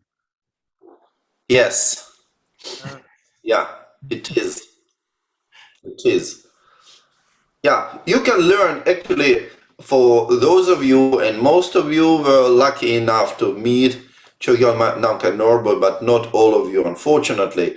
But those of you who had this good luck to meet him, you could learn presence and awareness just copying him. And well, it just came to my mind. I know how to do it, but I didn't think of doing it, of explaining it here. So if you know Chogyal Namkha Norbu, then what you do, you imagine you are Chogyal Namkha Norbu. So you imagine you are him. And then when you imagine that you are him, you start to move different way, you start to talk different way, yeah? You start to look different way if you imagine that you are him. Yeah? So you like project yourselves into his state. Yeah? And then you can discover presence very, very easily. Very, very easily. Yeah? This is not something that I learned, this is what I discovered, this method. But even you are just noticing, if you are just observing, that helps very much to discover how it is to be in the state of presence. Okay. Michelle, please. Yes, I would like to give my feedback. I really enjoyed these sessions. I very much appreciate these step-by-step things, breaking things down to little bits and allowing us time to experience right now, having the opportunity then to ask questions, and also the sharing part. I just wanted to say my feedback. I think that's an excellent aspect to how you teach, is that you allow this moment of feedback, because I learned much from what other people were saying. And then your comments about what they say. So it's been an extremely learning process. Thank you very much. Thank you. Thank you. Yes, it's very important because I'm teaching this kind of things since many years I'm teaching. And I know that it's not possible to say everything, to cover everything. And then it's important to have questions from people, because even you are missing something, you cannot say, not because you don't want to say, but you just have no time to say this. Yeah, you're doing so many things, you're saying so many things, but then people ask a question and then something is arising and then you need to cover this topic and it becomes a kind of valuable contribution. So, and in this way, every course is unique. They never repeat the same way. Every course is unique because always people are different. Yeah? And this is something really great. Okay. There's one more aspect I wanted to say, Igor. Your laughing is contagious. Yeah, I love it. Laugh.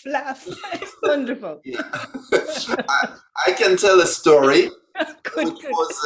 How it was with my teacher Chigalanka Norbo, because he didn't really know. He knew me already, but he didn't really hear me laughing because only I was coming to translate for him and talk to him about serious things.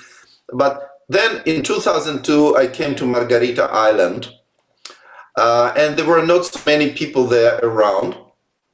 And we were just like 30 people hanging out with Chogyalnamka Norbo for a few weeks. Yeah, just every day we were going to the beach, etc. And then we had some parties, we had fun.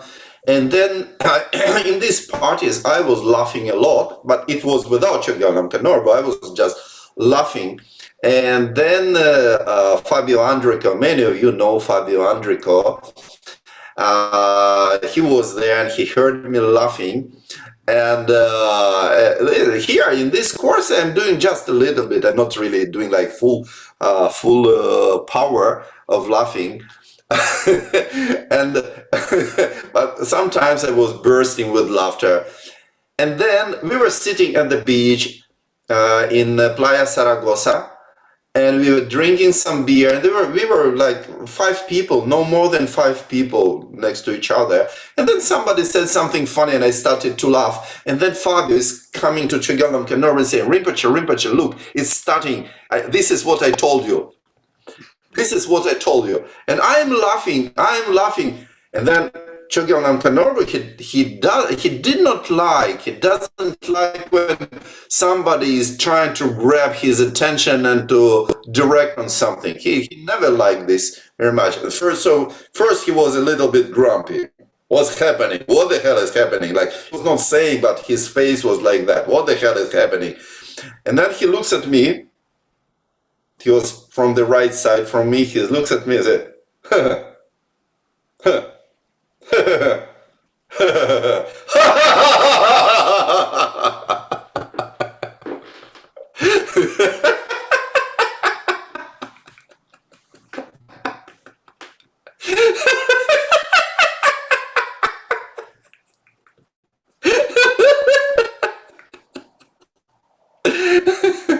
okay.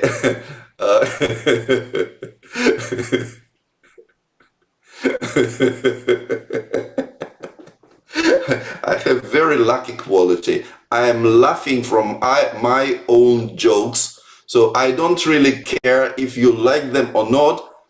I'm still laughing.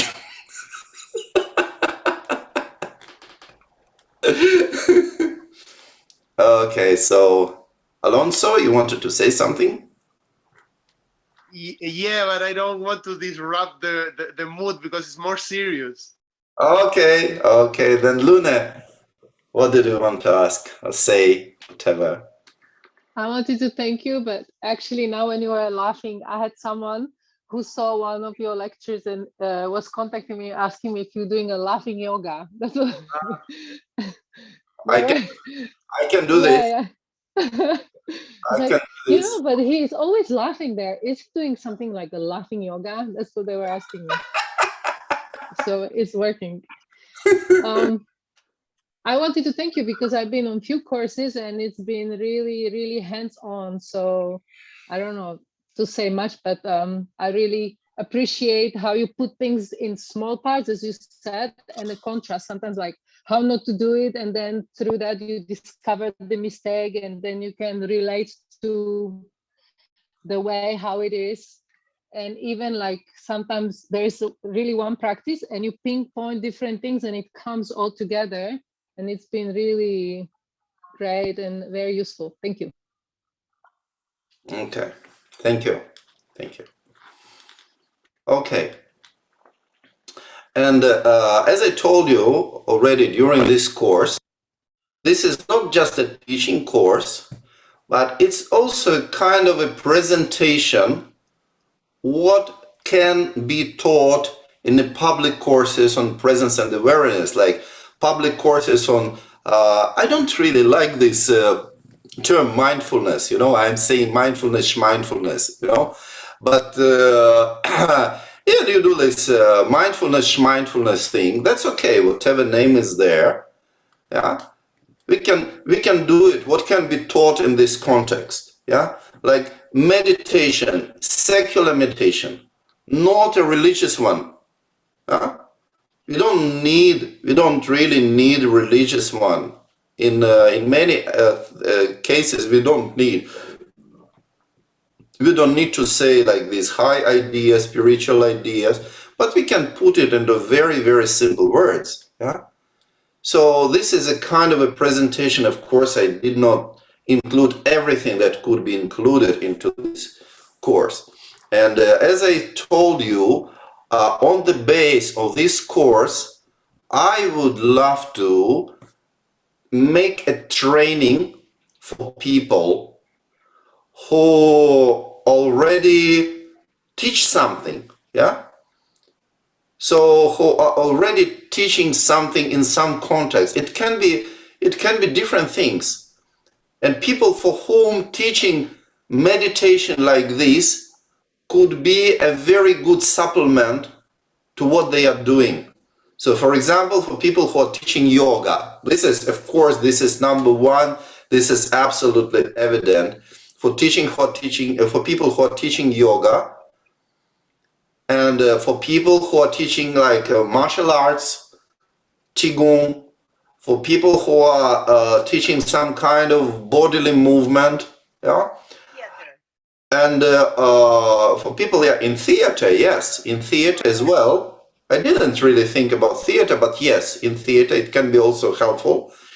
Then, of course, people who are doing psychotherapy, yeah, or psychology, like consultancy in psychology, something like this. So it can give good tools for this kind of people, and maybe some other people. There is another, driving instructors. Yeah, I have a friend who is running a driving school in Moscow, and he is using this. He calls it something like conscious driving or something, mindful driving, something like this. And he is applying different methods. He's a good meditator himself, and he's teaching that to the students of the school, or driving school. Yeah. See, so there can be different ways. So first of all, for this kind of people, I would like to give not workshop, but a training. Yeah.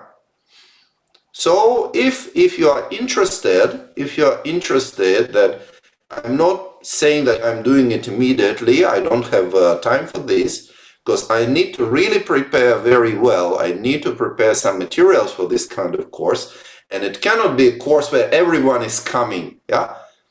There should be a limited number of people for this course, limited number, so that I could talk to virtually everyone in this course and also give advice. And also, it's not that I'm just explaining, but also in this course people would be teaching, presenting how they are teaching, dealing with the audience online, here online in Zoom, dealing with the audience, and then I would watch and give advice, yeah, what we can do, how we can do, what can be improved, which are weak points, etc.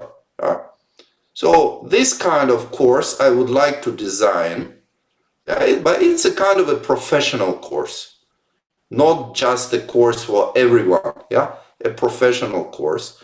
And then if you are interested, then we could have this course maybe later this year if I prepare everything. No?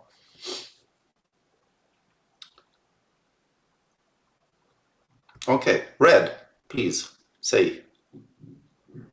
Okay, I don't have very good, but my question is that exactly what you're saying, things like that. And I thought I don't really want to learn, but I think I would like to sign up for that. So, but my question was that a client of mine, I do Kunyi massage, Tibetan massage, asked me, you say when she go watching a program and animal dying or treated really badly, and then parents killing their children. Once a month, she come to me and she said, you couldn't sleep all night and cry and say, well, how can I stop this? She asked me. I said, I don't know, maybe meditate. That's what I tell her. So I don't know what else you would advise on. She's very distressed. Yeah, but you know, this I cannot just advise without really seeing a person. There are general things, and the general thing with this is first of all sitting well and feeling the weight of your body. Yeah, feeling the weight of your body, just grounding. Yeah, and being balanced physically. I have a student that for a couple of years I was telling her that her main practice should be maintaining physical balance of the body while sitting and while walking. Yeah. And then she had some progress because she was too much tense and too much stress for her. So she couldn't really do. And then finally, slowly, she started to be able to do more complicated things. Yeah. So it's very difficult. You need to see the person. This is one of the main skills, actually. This is one of the main skills for a teacher to understand the condition of a person,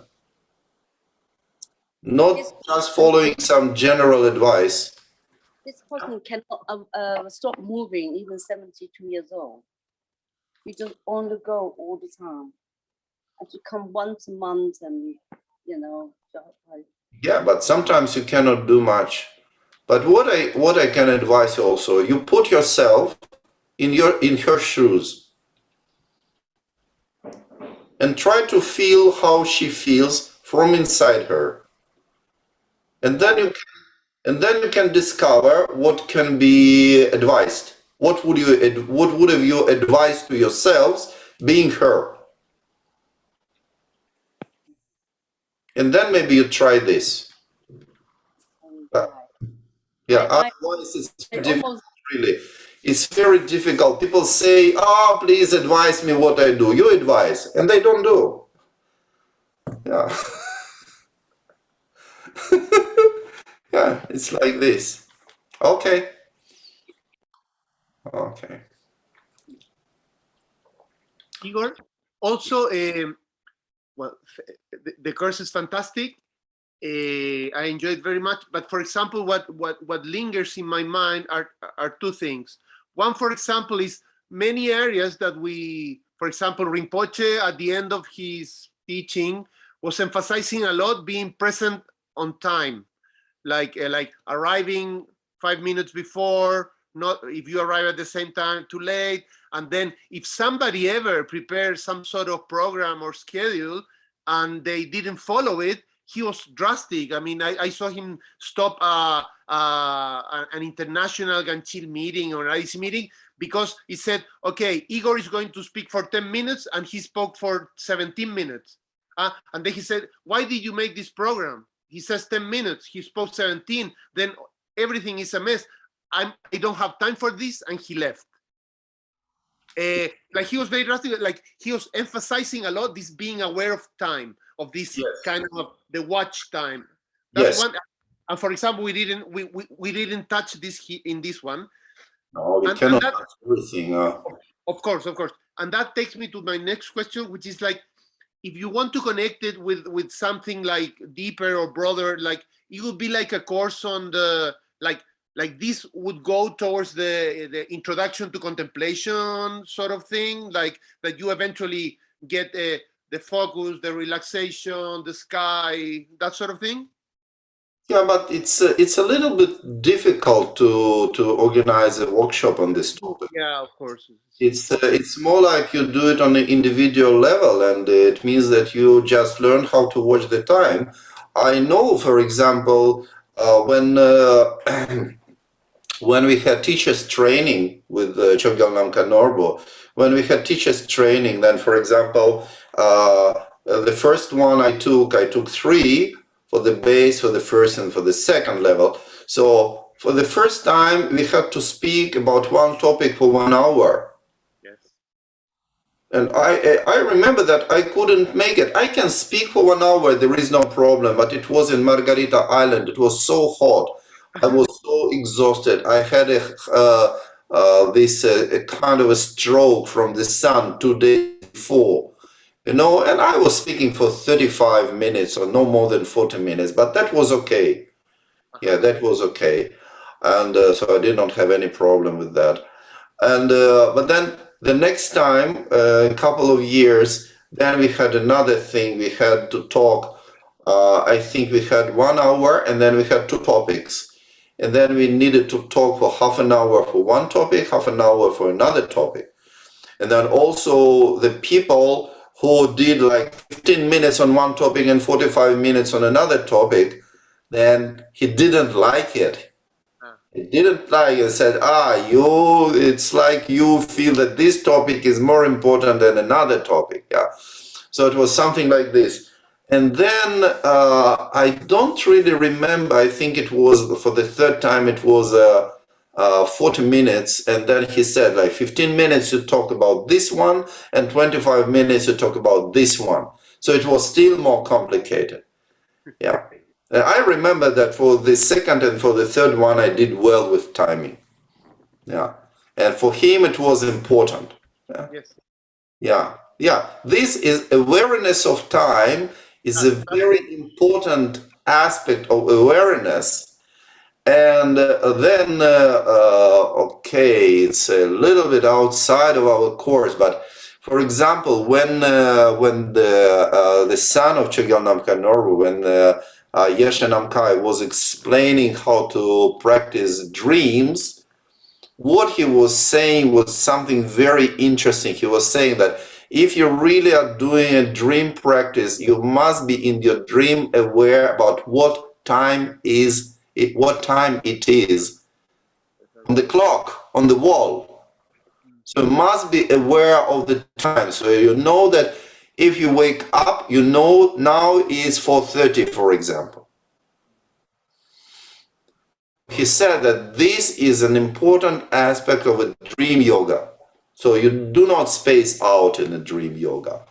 You do not touch, you do not lose the touch with reality. Yeah.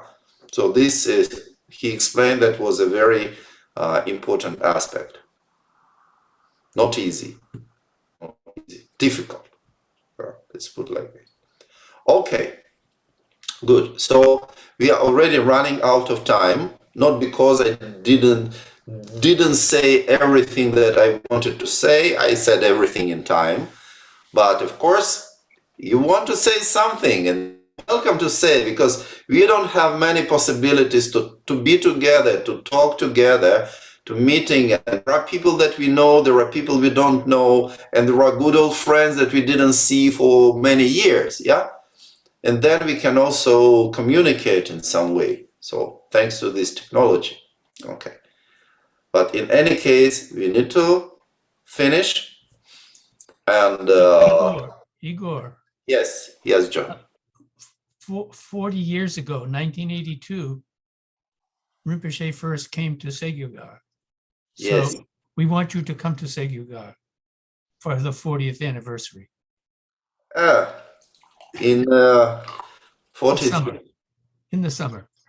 It's a bit tricky. I know. It's a bit tricky because I don't have time to make visa. I still need a visa for the United States with my passport, and I have only one passport. When I lived in the Ukraine, we were allowed to have 2 passports for foreign travels. Then while one passport in the embassy, then another passport you're holding, and I'm going to travel in the next days. I'm going to travel quite a lot in this year, so I just don't have time. And you know, it's so difficult now even to get to the embassy, and it's so much work, and you never know for how long they keep your passport, and then you feel suspended. Particularly now, nobody, you know, all these migration offices, embassies, they took this opportunity of pandemics for stopping working completely. They take it as an excuse. They're not working in every country, in virtually every country, every kind of governmental body. So I'm sorry, but this year definitely not possible, and I already have a schedule, more or less a schedule for this year, and but they promise who can promise this, but they say that for the next year, Israeli passports will not need visas for going to the United States. So somehow they are adjusting for visa-free program with Israel, and I have renewed my passport, and I hope, they said that by the year 2023, we are going to join this visa-free program. Then it can be possible for me to travel also to the United States without having this hassle with visas. I hate it. When I lived in the Ukraine, I hated it so much because every single country, I'm not saying, but I'm thinking very politically incorrect about all these countries. You know? Yeah. I was a citizen of a great country of the Soviet Union. And then they require me to go through all this process of humiliation to apply, to prove. You know, I remember, like, for example, when I went to Venezuela, and I had a very bad connection, more than 24 hours connection with a flight in Frankfurt airport, 25 hours, yeah? And I had a cousin sister living not far from Frankfurt, yeah? And I went to German embassy in Kiev, and I was asking them to give me transit visa for 2 days, one way and the way back, transit visa. And they interrogated me as if I was applying for like Secret Service or something. They were interrogating me for 20 minutes. Yeah. Yeah, after waiting for a long time. And then I was waiting, and they gave me just 1 day. Just 1 day. I presented my tickets to Venezuela. They gave me just 1 day. And I didn't see my cousin sister, but because it was all too complicated. But I stayed at the place of Wadra's sister in Frankfurt. Yeah. So, and I hate this process. So I don't really want to go to the United States Embassy to apply for the visa and being humiliated once again in this way. Yeah. I'm sorry, but this is a kind of a situation. If they do visa-free entry, then I come. No problem. I had to come to UK 2014 when the war started. How much, you know? In the UK embassy in 2014, it was still worse. Yeah. And they didn't give me visa at all. They didn't give me visa. Lost a lot of money. Yeah, money is relative, but it's you know, this is something very, very unpleasant. Yeah, because people in these countries, they somehow feel they have a privilege. Yeah, and they are better than people who do not live in these countries. Yeah, even as I said, country like this. But any country, because I remember how people, I was helping people to get the Ukrainian visa in the embassy in Europe. And also citizens of countries, European countries, had to go through some process related to humiliation, you know. Because when the person is in charge, is in power, then immediately starting to humiliate other people who are dependent on his or her decisions. Yeah, this is what we have in our world, and it doesn't matter whether it's the United States or the Ukraine or Venezuela or Russia or Germany, yeah, whatever country, the same, basically the same. Okay, but this is the situation in our world. Yeah. So now we just summarize the course that we had.